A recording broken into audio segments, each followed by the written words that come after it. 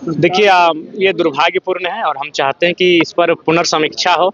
इसलिए हो क्योंकि निजी क्षेत्र की जब हम बात करते हैं तो निजी क्षेत्र में एक सवाल आता है कि निजी क्षेत्र का मतलब क्या होता है? निजी क्षेत्र का मतलब होता है उद्योग, निजी क्षेत्र का मतलब होता है प्लांट, निजी क्षेत्र का मतलब होता है किसी ज़मीन पर कोई कल कारखाना स्थापित हो। अब सवाल बनता है कि कल कारखाना के लिए ज़मीन भारत ने नहीं दिया है, पूरे भारत के लोगों ने नहीं दिया है। बिहार, उत्तर प्रदेश, महाराष्ट्र, गुजरात के लोगों ने ज़मीन नहीं दिया है, ज़मीन केवल झारखंड के लोगों ने दिया है।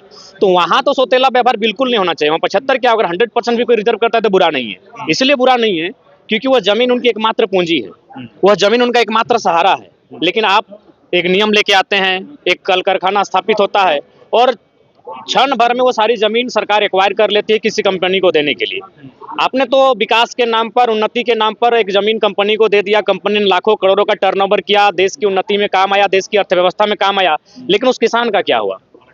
जिस किसान के पास ये ज़मीन हड़प्पा काल से है, जिस किसान के पास ये ज़मीन महाजनपद काल, बुद्ध और तमाम मुगल काल से लेके अंग्रेज के कालखंड तक वो ज़मीन उस किसान के पास, उस किसान का क्या हुआ? एक झटके में उसका परिवार अपने सड़क पे लाके खड़ा कर दिया। तो इसलिए मेरा मानना है ये हाईकोर्ट को इस पर पुनर्विचार करना चाहिए, सरकार को फिर से मजबूती के साथ इस विधेयक को लागू करने के लिए प्रयासरत होना चाहिए, क्योंकि ज़मीन जिन लोगों ने दिया है वो झारखंड के लोग हैं। वहाँ तो किसी के साथ समझौता होना ही नहीं चाहिए। वहाँ 75 क्या, अगर कोई 100% भी आरक्षण लेके आता है तो मैं उसका पक्षधर हूँ। जयराम जी, क्या हाईकोर्ट किसी दबाव में इस तरह का फैसला? देखिए बिल्कुल दबाव है इसमें, कहीं ना कहीं आज आप सबको मालूम है कि आज जो भी विषय हैं वो कहीं ना कहीं दबाव के कारण ही आते हैं। तो ये बहुत ही दुर्भाग्य की बात है। हाँ, जमीन हमने दिया है तो वहाँ हक हमारा हो, इस बात को हाईकोर्ट को भी सुनिश्चित करना चाहिए। जी, आज सबसे पहले दो पार्ट होंगे आज के सत्र का। पहला होगा राज्यपाल महोदय का जो अभिभाषण हुआ है उसके संदर्भ में अपना पक्ष विपक्ष लोग प्रस्तुत करेंगे।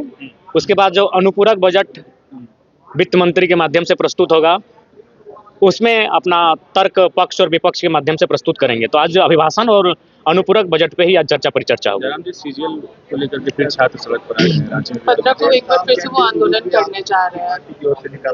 जी, हम लोग छात्रों के साथ, मैंने पहले कहा, सदन के अंदर भी खड़े हैं और सदन के बाहर भी खड़े हैं। हमारी जो भूमिका है उस भूमिका में हम लोग जैसा पहले थे आज भी उस भूमिका में हम लोग हैं। जयराम के विधायक बोल रहे कि खाली सीडी देकर के छात्र गुमराह कर रहा है, उसको भी परवाने नहीं है कि नहीं? अच्छा ठीक है, तो एक बार जो सत्ता पक्ष हैं, इनके मंत्रिमंडल में जिन्होंने स्थान पाया है, क्या उनमें सामना करने की साहस नहीं है? परिस्थितियों का सामना किया जाए।